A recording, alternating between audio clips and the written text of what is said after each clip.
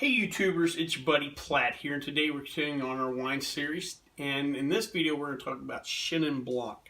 Chenin Blanc is a white wine grape with its origins in the Loire region, or Loire Valley of France. Chenin Blanc is grown in most New World wine regions. It happens to be the most grown wine grape in South Africa. In South Africa, it's referred to as Stein, even though the spelling looks more like it should be pronounced Steen. From what I gather, it's pronounced Stein.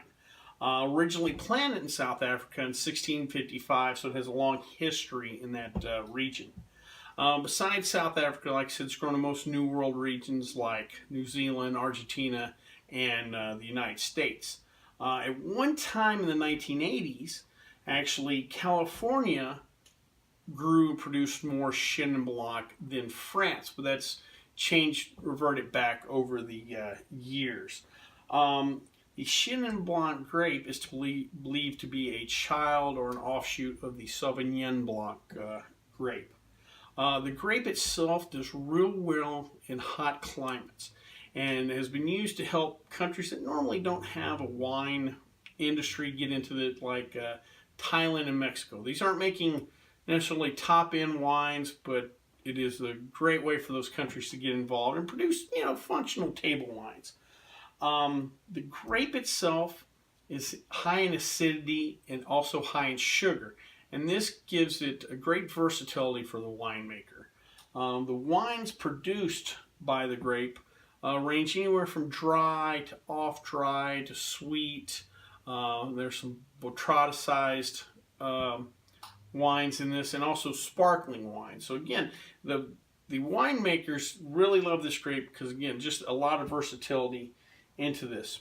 Also, because of that high acidity and high sugar, this wine ages well. So if you have a bottle of Chenin Blanc in your wine cellar, don't feel rushed. You can let that sit for a while. As far as tasting notes, we're going to get things like plum, honey. The honey level obviously will get adjusted by the sweetness of this. You will get some mineral notes, and even some exotic fruits like key lime will be there on the palate.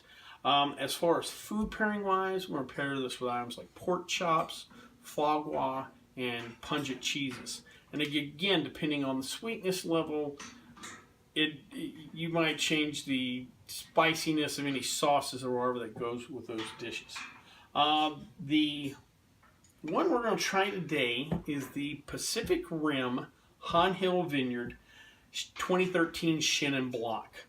In previous videos, I pointed out how if you buy a bottle of Chardonnay or a bottle of Pinot Grigio, it's not always 100% that grape. It might be 83% or 92%.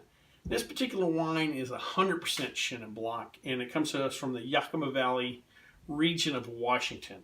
The Pacific Rim brand itself is kind of an offshoot, or kind of came from the Bonnie Doon family of wines, if you're familiar with their product.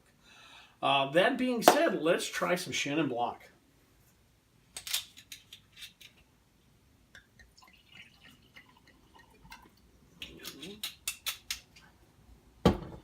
I get a somewhere between a dense straw and a light apple juice color. I'll get almost a lot of that,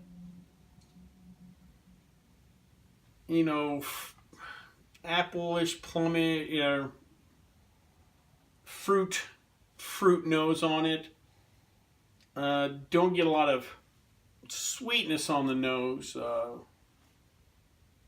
Let's give her a try.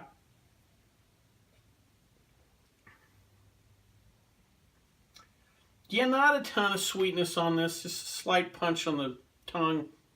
A little bit of acidity, but not a lot, but it does get those saliva glands working a little bit.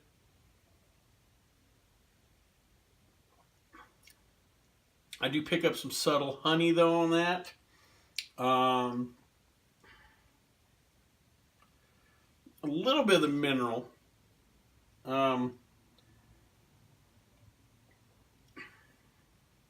After a couple of sips, though, the side of the tongue's working, that acidity's kind of kicking in now. I can see this being a nice wine to kind of kick off the meal. Again, getting that mouth ready to devour a good pork chop, foie gras, whatever. Actually, man, that does sound good. Overall, this is a nice wine. It's in balance. It's not, you know, I wouldn't say it's sweet. I wouldn't say it's dry. As far as body, viscosity, this is not, it's not light, but it's very drinkable. Finish, short, medium-ish.